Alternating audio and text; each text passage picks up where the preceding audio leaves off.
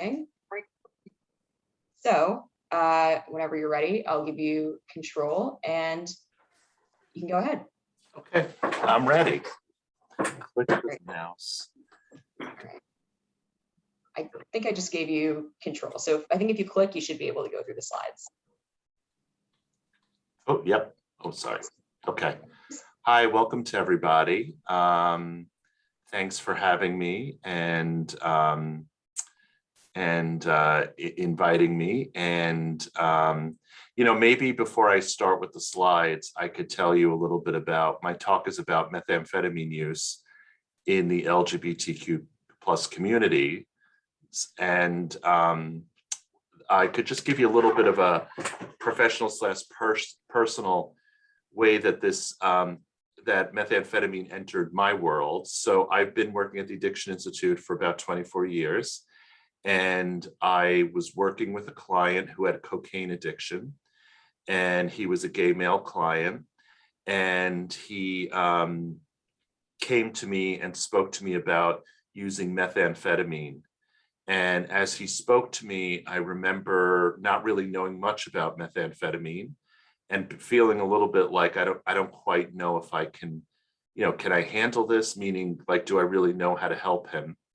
And all of a sudden, we started seeing more and more clients with methamphetamine, and we started a program in 2005. We were lucky to get some money from the city initially, and then the program has taken on its own. But if you don't know a lot about methamphetamine, you're not alone. And I think it was a kind of a new issue that came up in New York City. So that's a little bit about how this, you know, it was interesting professionally to me because back in the day, this was new to me. And then we started getting more referrals, and this became a specialty of mine, even though I didn't really set out for it to be a specialty of mine. So I always, you know, whenever I give this talk, I want to talk about one issue that I'm sure you all understand and get, but there's always a little bit of a discomfort for me about talking about LGBTQ plus community. And because people have feelings about the word community, and everybody feels like group is a community, they're communities. Not everybody feels connected to the community, like not all lesbians feel connected to the lesbian community. So I like to use the word communities, and I like to just be mindful of using that expression. And, you know, before we get into methamphetamine, I just want to talk a little bit about, sorry, I'm just, oops, It's funny, it allowed me to go to the next slide. Okay, now it's, that there's always been this concern that people in LGBTQ communities are high-risk populations. So research shows that there's a greater, substance use problems with gay men and women than with heterosexual clients. For gay men and transgender clients, there's concerns about the link between substance use, HIV and Hep C, as well as other STIs. You know, a lot of times we talk about HIV, but we really should keep in mind that it's not just HIV, it's exposure, drug use leads to exposure to a lot of kind of illness, medical issues and illnesses. And you know, there's research that shows that gay men and women are more likely to, they're less likely to stop drinking as they get older. So there's always been a lot of concerns about substance use in these populations.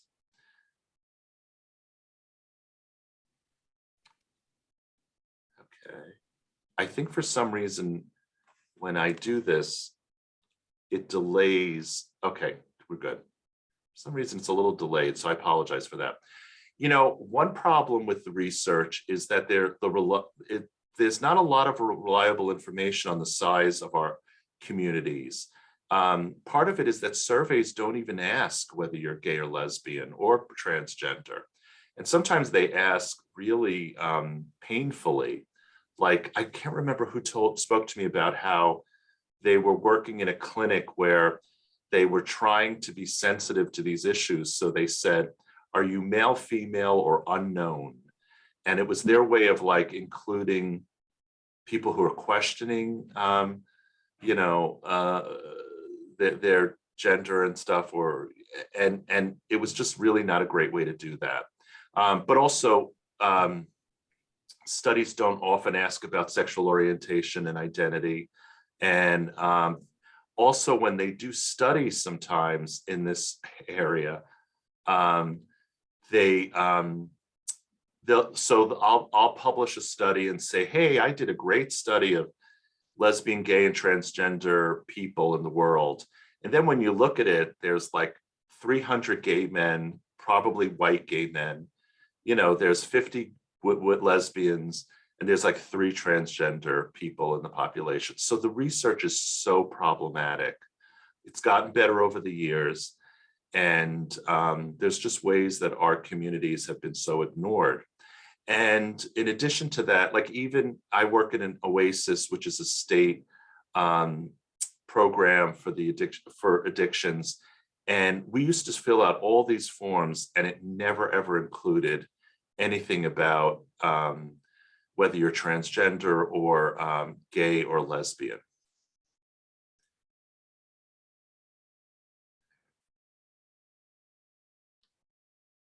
Shoot. Thank you. Maybe I should use this here. Okay. All right. So why are people, LGBTQ people, why are we more at risk for substance use? We feel very marginalized. We have feelings of depression and isolation. There's a lot of stress with interpersonal and intra-discrimination and prejudice. We can feel a lot of self-hatred towards ourselves. The world can feel a lot of hatred towards us and prejudice. Many of us find ourselves connecting with other people from our communities via bars and clubs, for those of us who are of a certain age, and through the internet. And the internet has a connection, and the bars and clubs, to alcohol and substance use. There aren't as many, there's a scarcity of alcohol and drug-free alternative environments for those who are coming out or questioning. And also liquor advertising is very targeted towards LGBTQ communities.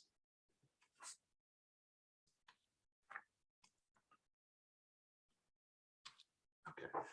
So like I said before, we're not one monolithic community.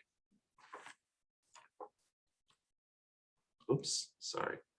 And in saying that, I want to just show you, this is from the Handbook of Counseling and Psychotherapy with Lesbian, Gay, Bisexual, and Transgender Clients. When we talk about the clients that we work with or the people that we know, it's really, there's so many individual differences. And this is a slide from that book that makes us think about, we always have to think about sexual orientation, about gender orientation, about cultural orientation. It's very different to be a lesbian of color versus a white lesbian. We need to think about developmental areas, personal areas, health, interpersonal. What is your relationship and family structure like? How much connection do you have, and how much rejection have you experienced? Do you have a comforting family? Do you have a family who rejected you? How educated you are, working, what kind of resources you have, what kind of rights you have, legal and political. It's very complicated, and I'll get into this more with the methamphetamine use, because some issues around race are really very powerful. But it's hard, and we need to consider the ways that we all are so unique. So the example that I always give is HIV. I run groups for gay men primarily, and some transgender clients who, and bisexual men too, who use methamphetamine. And there are men in their 50s who are HIV positive, and there are men in their 20s who are HIV positive. They have incredibly different experiences of HIV. And you want to make room for that. So the men that I work with in their 50s really may talk about, and again, I don't want to stereotype them, about like just what they've been through. They've been through a time where HIV was something that people died from. People died from AIDS. We didn't know what AIDS was. We didn't know what HIV was. Whereas the younger men don't have that context. And that can actually get very heated at times. And you want to make room for us for that in terms of understanding a person's connection to their drug use. Just like you want to, and they're being gay, lesbian, or transgender. It's very different. It's very different being a gay man who grows up in Manhattan or New York City, let's just say, versus someone who lives somewhere else. You really want to understand a person's context and what their life was like, what their culture was like, economically, etc. I always tell that story, and then I say, just personally, I was raised in New York City, but I would not really exactly say to you that I was raised in the most, I was raised in Queens, nothing against Queens, but I wouldn't say that it was the most open-minded environment that to be raised in. So you want to consider all these things and not make assumptions about people based on all these things. All right, so let's start talking about crystal. So crystal, many studies in 2001 and 3 indicated a rise in crystal use in New York with gay and bisexual men. NYU and Hunter, they did some very, I think, cool studies where they went on the internet, they went to gyms, and they really asked the men who were there, what were they using in a very anonymous way, and they just started to notice a rise in crystal methamphetamine use. The New York Times published an article about the bath and the beast in the bathhouse in 2004. Hospitals started to notice a change in admissions and ER visits, and that there were more methamphetamine related admissions, and we'll get to why that is. There was also more labs where people are using methamphetamine. And then one very cool thing that I think happened was that people started putting ads about crystal meth. And so the first ad that I saw was by Peter Staley, who used his own money, and he's an activist, he's an AIDS activist. He actually has an autobiography that recently came out. He put this ad up in Chelsea to kind of alert the community that like there was a big issue with crystal meth. And especially back in the day, he put it in phone booths, which we don't really see as much. I saw a phone booth the other day. I don't remember where it was. I was just in shock. And he used his own money to kind of put the word out. And there were these HIV forums back in the day where people were really speaking about their concerns about this issue. And this is, Peter Staley's name is here. And this was published in the New York Times to say, we have a problem and let's start talking about it. And the city actually gave some money to some organizations, including the HIV, they were called the Crystal Meth Working Group, sorry. And they started putting out advertisements just to let us know, the community, that this drug was out there, because people were really not aware of it. So this is the kind of stuff that they put these very intense ads out. And like this.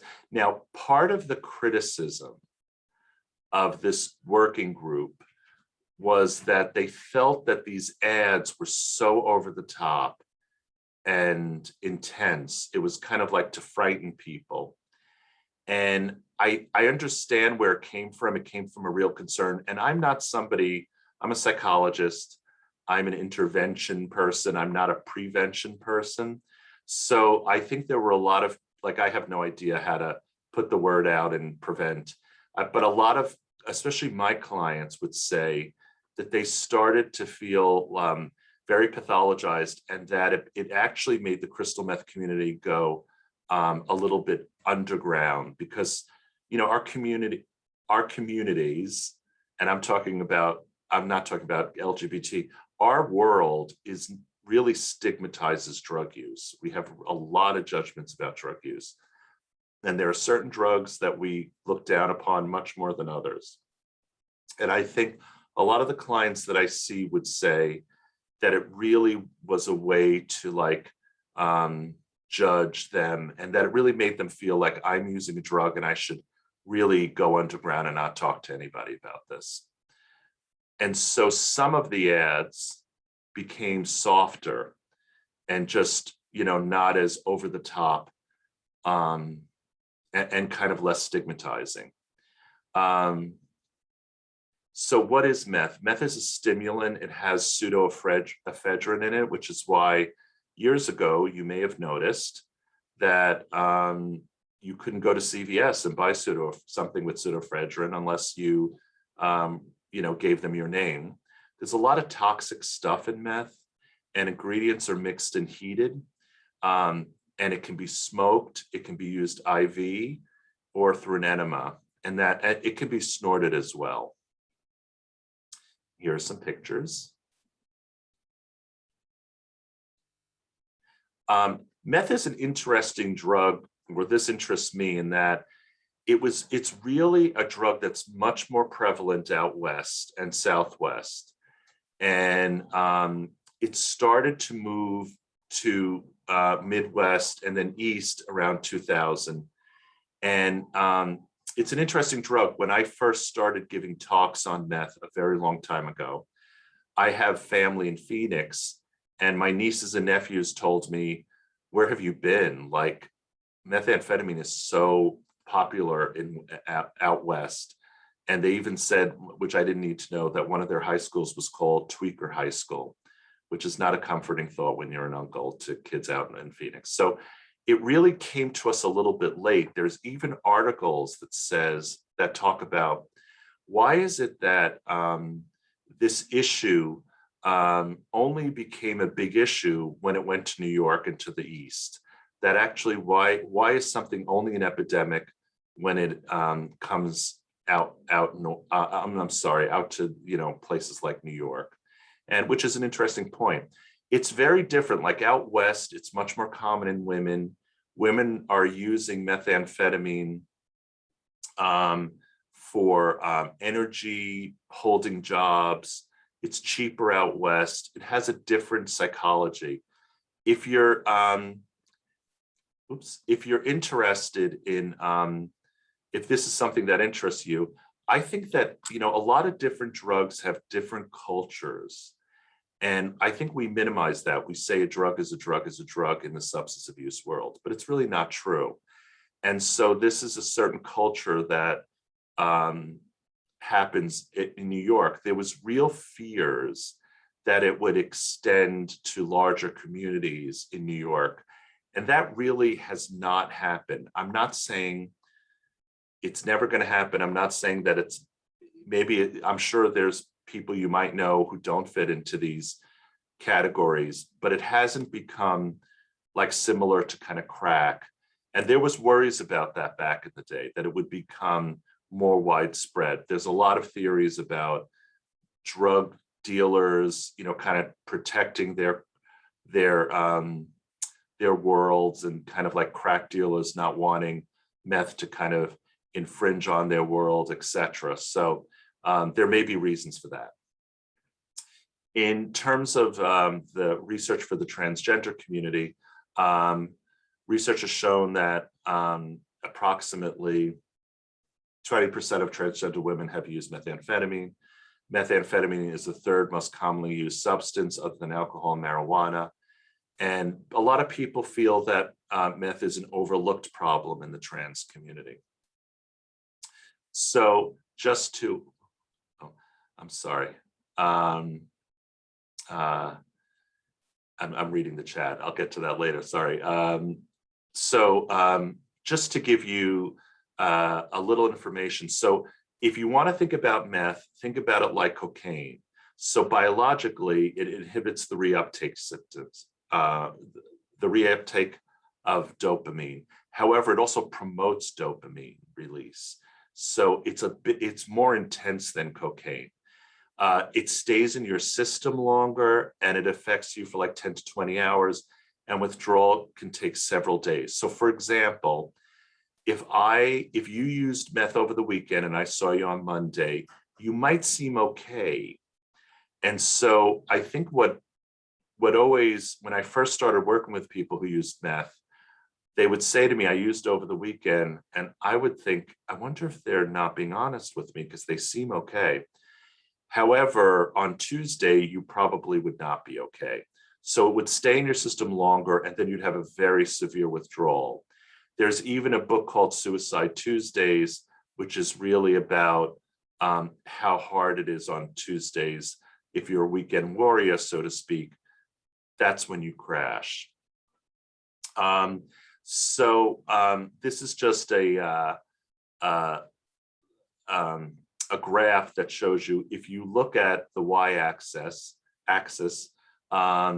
you can see just how much of a difference in dopamine levels amphetamine has compared to cocaine, alcohol, and nicotine. And this will be what my clients really say. They say it's an intense euphoria like you never imagined. It's so powerful.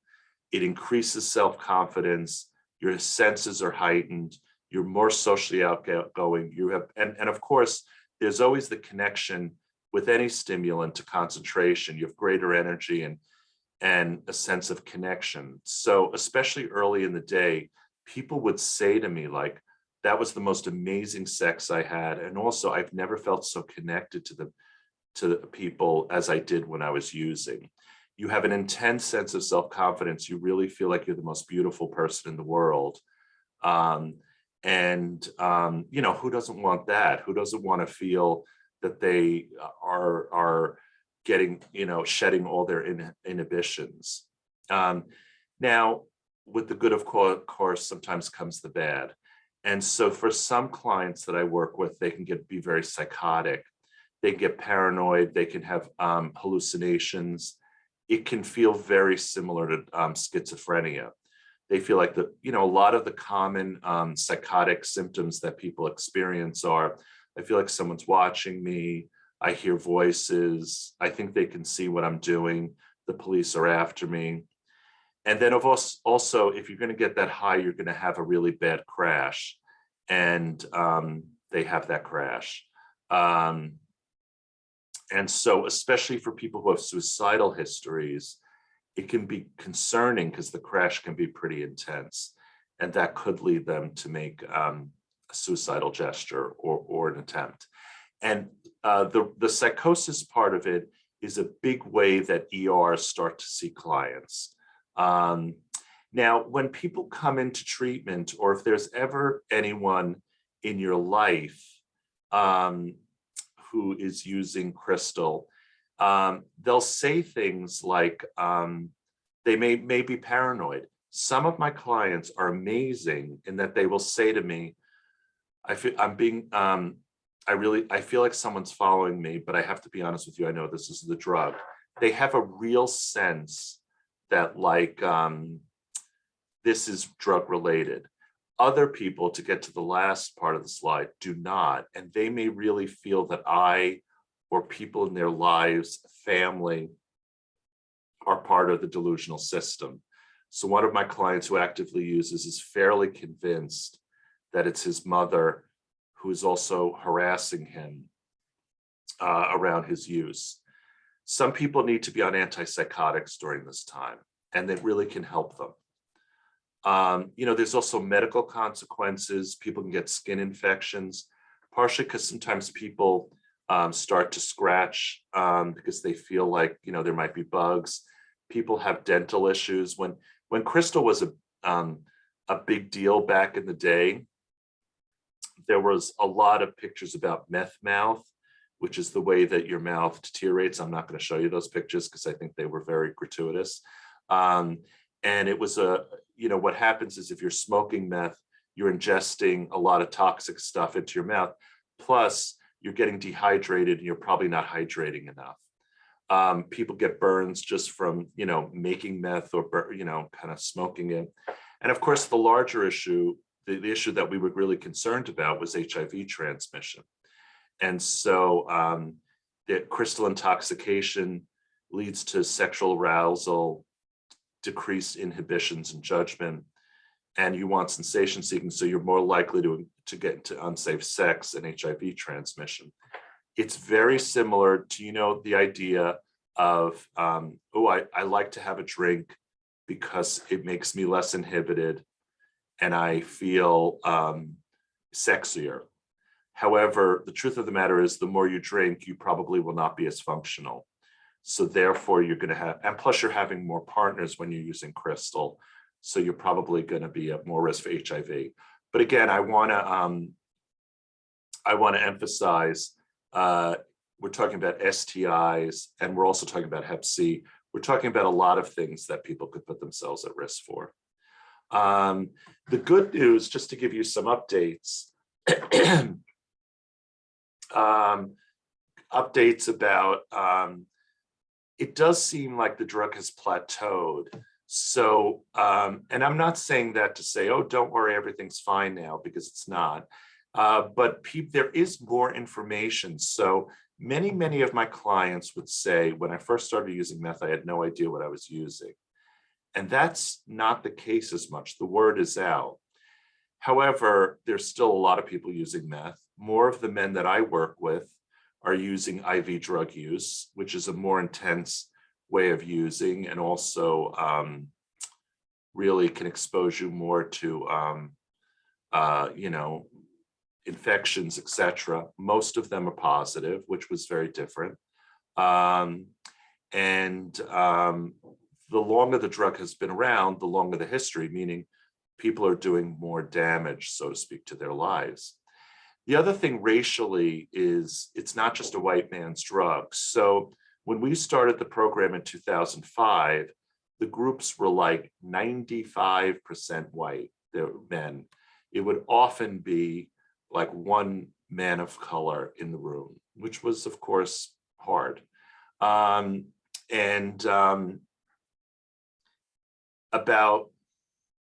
have, as I get older, I have no sense of time. I think like 7 or 8 years ago, the diversity of the group really started changing. And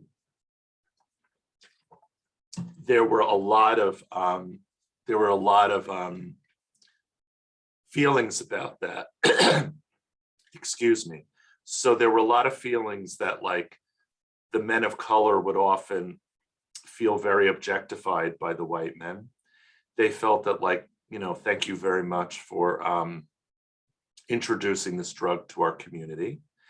And I think a lot of the men of color felt very, felt there wasn't a place for them at the table in self-help meetings and in treatment. They felt that they weren't being recognized. They didn't feel that they were with their people. So there was a lot of processing in communities, and still is going on, about race issues and about the way that men of color have been objectified. And there are some documentaries about this as well. There's 2 documentaries that I've seen about this. It's a very powerful issue, and it still gets processed a lot. There's a huge Crystal Meth Anonymous self-help community in New York City. And the meetings are at the center, and they also are at, they are at GMAC. Now, this is all real time when we're able to have in-person meetings. And I think that we are able to have in-person meetings more, but of course it's not as much.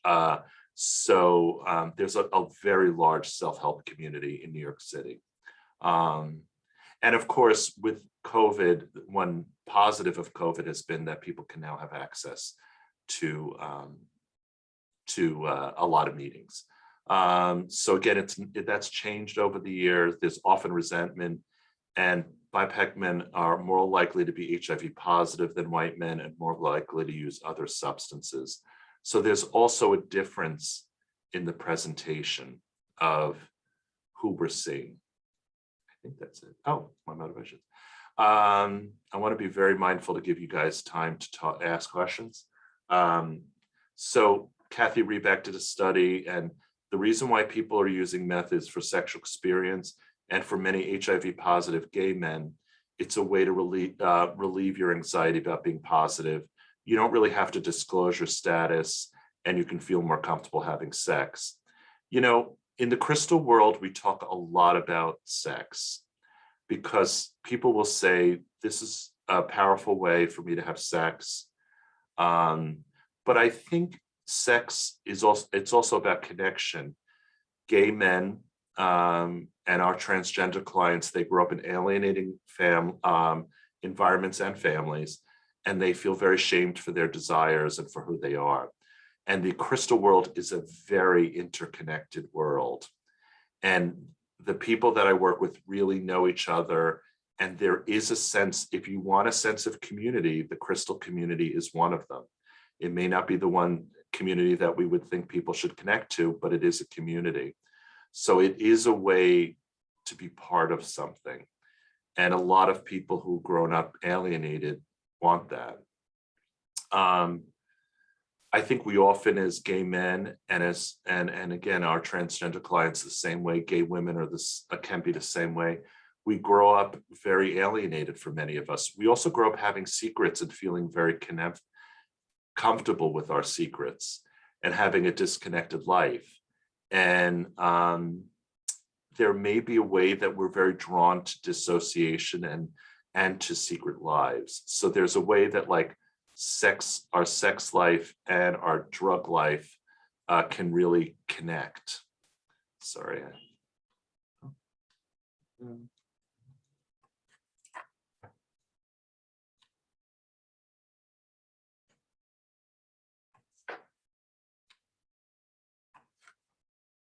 Okay, sorry, I'm just trying to, I was doing so well with this. All right, treatment considerations. Some people feel like sexual compulsivity is part of their drug. They felt that they were very addicted to sex before crystal, and that's how they got connected to sex.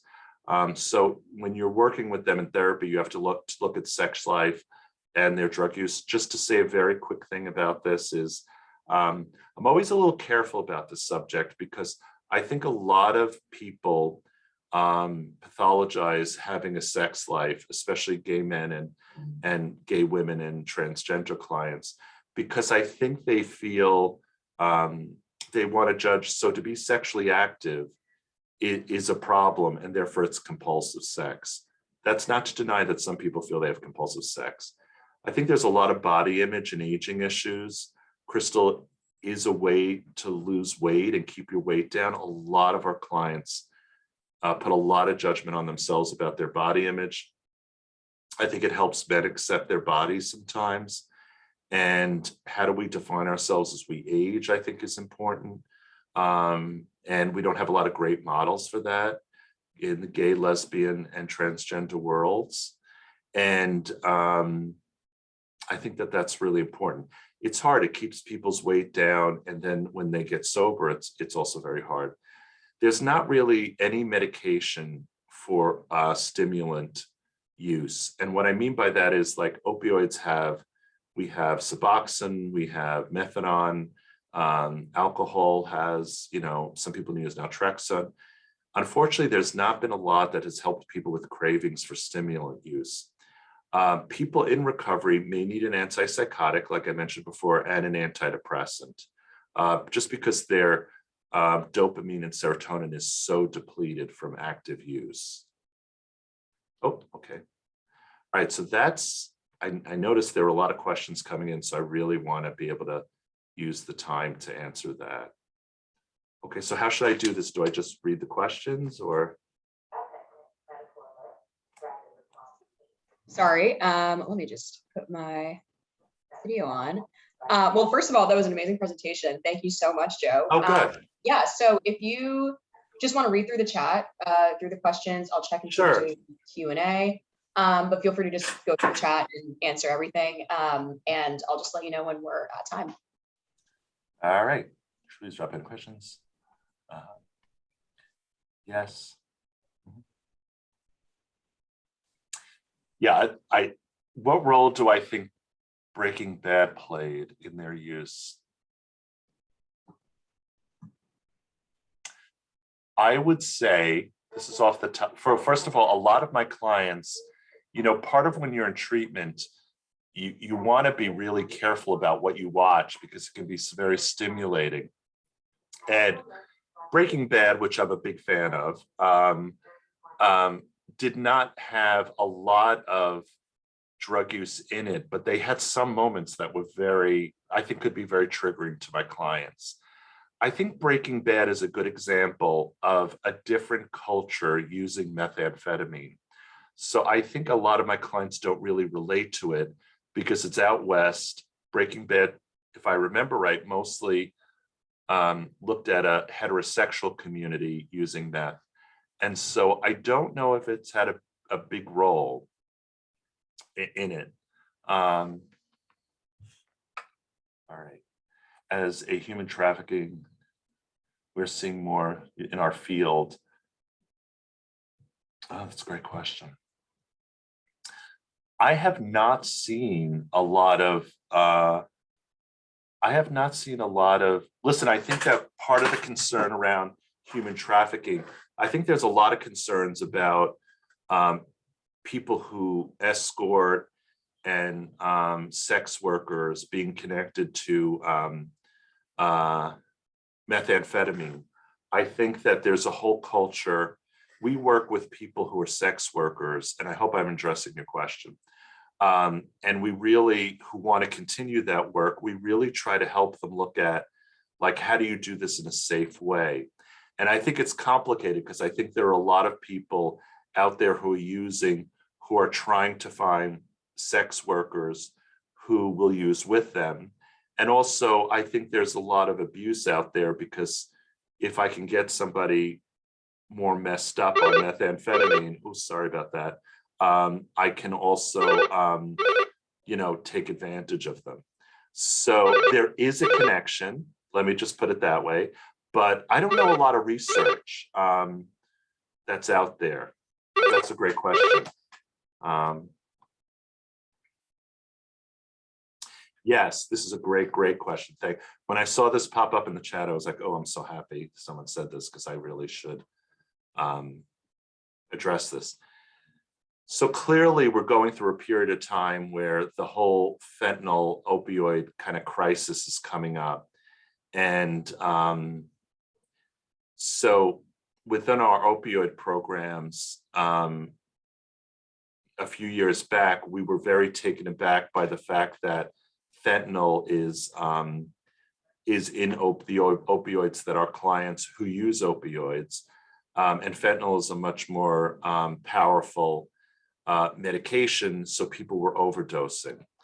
And then about 2-3 years back, all this research has come out that stimulants may have fentanyl in them. So just as an example, about 2.5 years ago, maybe 2 years ago, right before COVID, I had a client who had a child custody issue, who had a meth problem. And he was struggling and he had used meth, and I had to take a urine because of the courts. And I said, there's opioids in your urine. And he was really upset about this, as you can imagine. And I do notice, and I'm trying to educate my clients more on the fact that a lot of my clients in the past 6 months will say, first of all, the research reinforces this, but my clients will say, I used, and it was just a very different experience. And so I do wonder about the fentanyl, and we're actually in the process of getting fentanyl strips where a person who's using can actually test what's in the drug and if fentanyl's in the drug. Oh, okay. So thank you for this question. You know what? I was so afraid somebody would ask me for the names of the documentaries. Of course I don't, but I will at some point remember them. And maybe I can email you guys that for everybody. It's so funny. I thought of, like I said, oh shoot, I should remember this, but That's fine, Joe. but thank you. But so we started a program in 2005 where we do group and individual psychotherapy for people who are using methamphetamine in the LGBTQ community.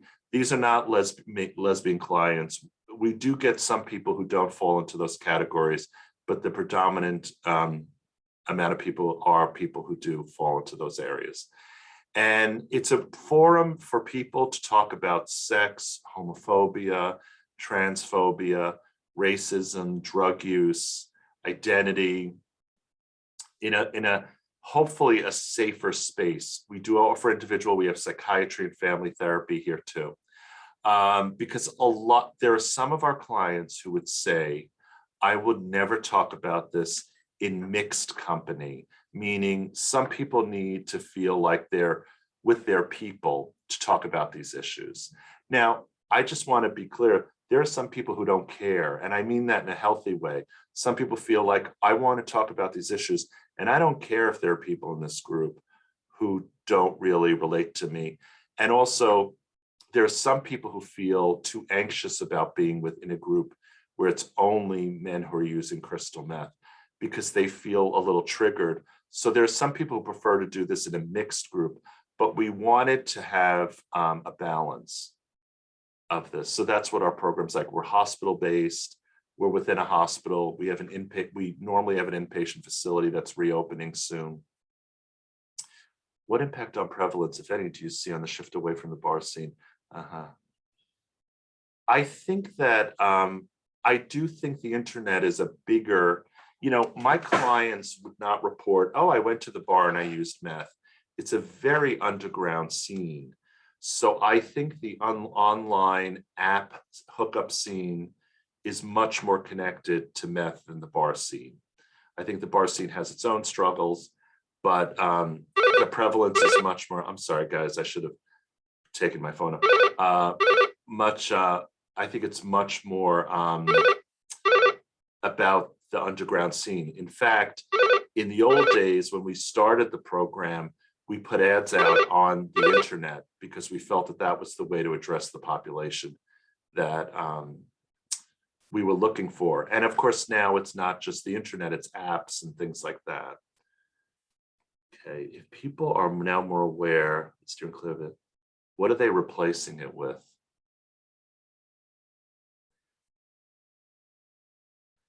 Thinking about that.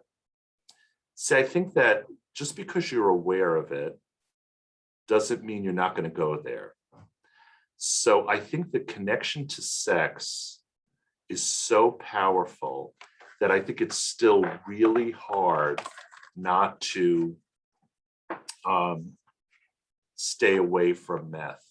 So I think the good news is that people have been educated, but this is more than education. I always say to my clients, we all know that abusing drugs is not a smart idea, but these people still do it. I still think, a lot of what I see is meth. Listen, I think that people are using marijuana. Drinking is still, I think, the largest as an addiction program. I think drinking is still the most common thing that we see that people are abusing. Plus, there's also the prescription drug use world that has really changed within the past 10, 15 years. I've heard some men speak about looking for HIV.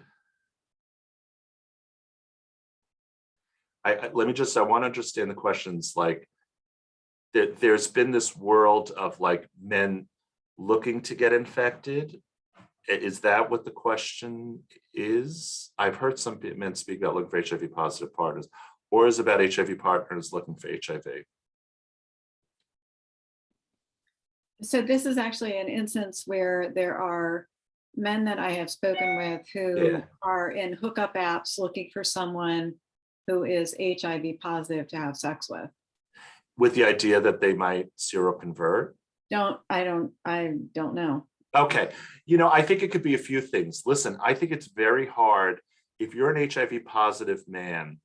Back in the day, I've been in this field a while, and I used to work in HIV. It can be very hard, especially back in the day. PrEP has made things much better. So there are medications you can take to make sure that you don't seroconvert. So there are some men who feel like, I don't want to date somebody who's HIV negative. It's too hard for me. It's too difficult for me. I just don't want to do that.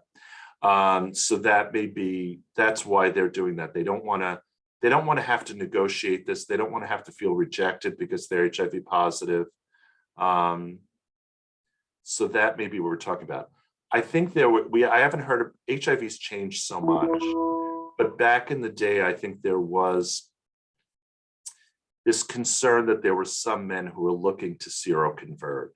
And, you know, this is a very complicated topic, so I'm not going to do it great justice, but I will say, you know, being alienated is very hard. And even being part of the HIV positive community is a community. And so I kind of understand some of the psychology behind that.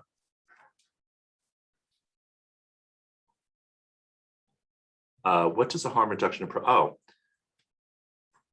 yeah, great question. Oh my God, you guys have such good questions. A harm reduction approach looks like this. I think that when the drug treatment world does a great disservice in treating people who use substances, in that we often treat people who want to be abstinent. This is not against abstinence. Abstinence is part of harm reduction. I'm sure you all know that. But there's many people who are like, I don't quite know what I want to do about this. And unfortunately, a lot of drug treatment programs, not the one that I work for, would say, you know, when you know what you want to do, you call me. And I think that's such a disservice. So I think harm reduction allows people to look at their drug use. You know, I'm working with someone now who came to me and said, I think my meth use is going pretty well. And I just want to make sure this doesn't get bad. And I think it's great that he can come see me, as opposed to me saying to him, well, when it gets bad, you give me a buzz. I also think harm reduction is particularly appropriate. I think harm reduction is appropriate for people using substances in general. That's my spiel. But I do think that it's even more appropriate because I'm talking to people about their sex and drug life. And I think that to come at them in this hardcore way can be very shaming.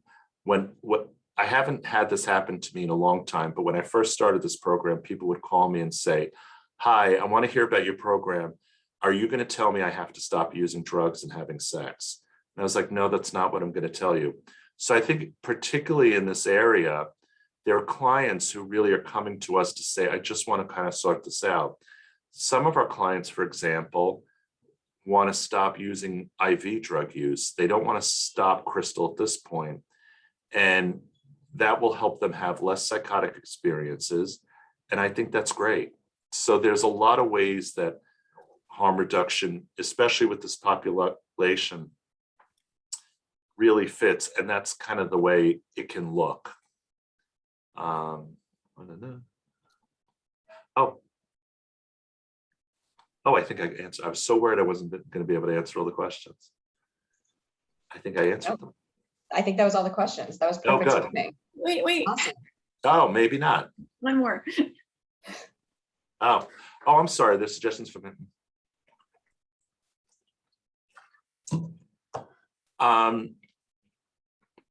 I think the suggestions that I think it's good to get some education, which people are getting, you know, about, because you do want to understand what's going on with people when they're using crystal. And so the paranoia that can happen, the intense crash, you really want to understand because it could be very scary. I've even talked to my patients and said, you know, if I were related to you, I would be freaking out right now because it's really hard to sit with someone who's pretty paranoid, or someone who's really hyped up. And so education helps. And I think it's very, you know, you guys are very big on the craft model, which I think is great. It really is about helping people, helping your family members look at the impact that it's having on you, and really talking to them in a very supportive way, setting limits on what you can and can't tolerate, and but really giving them the feedback of like, this is how this impacts me and impacts our family. Now, I say that that's like, you know, it in a nutshell. I know that's so much more complicated because you really, there's a tendency to be like, what are you doing? You want to scream at people when you're your loved ones, and you want to come back hardcore, even with our patients. Not that I want to scream at them, but I want to say like, you need to go to rehab immediately because I'm so nervous for them. And really, the craft model and the model of like saying to people, this is how it impacts me, is really important. And to be careful about, I've seen a lot of families. And I know, again, I say this with compassion because I've been there and I understand. A lot of families will say things like, if you don't do this, I'm going to do this. But sometimes they're empty threats. First of all, threats never really a great thing to do. But if you're going to set limits, make sure that you're going to stick to the limits. And and I think it really is though about helping the person look at what they're doing and how it's impacting your life. Because again, I think the impulse is to say, I need to do something very hardcore. And it really pushes people away. It can do damage to do hardcore. I think there are people who come to treatment who don't come to treatment because they know that they're so afraid that we're going to like give them a hard time and yell at them. It's a great question too. So I think unless there's other questions, I think we have some more slides. I think this time you officially got all of them. Well, Oh, thank you good. so much, Joe. This was a really amazing presentation and those were great questions. So thank you for answering them so thoroughly. Just before everyone leaves, we just want to give some information on some upcoming events that we have. So Joe, Dr. Darrow will be doing another lunch and learn for us, where he'll walk us through finding the right treatment programs for someone's LGBTQ+ teen or adult child. We also have an LGBTQ+ addiction family therapy webinar series coming up that are hosted by a few experts from the partnership and is done in conjunction with the Ackerman Institute for the Family. This will be focused on addiction and the LGBTQ community and the use of craft and family therapy. And we also have new online support communities specifically for parents and caregivers of LGBTQ+ children who are struggling with substance use. And that's the first Wednesday of each month from 11 to 12. And I will put all of those links in the chat, as well as the link to our new homepage which hosts all of these resources for families and loved ones of people who are LGBTQ who may be struggling with substance use or looking for prevention resources. So all of those links I just put in this chat, and we'll be sure to send them out to everyone who registered as well. Thank you all so much for coming to this presentation. Really appreciate it. And we hope to see you at the next one. Thank you.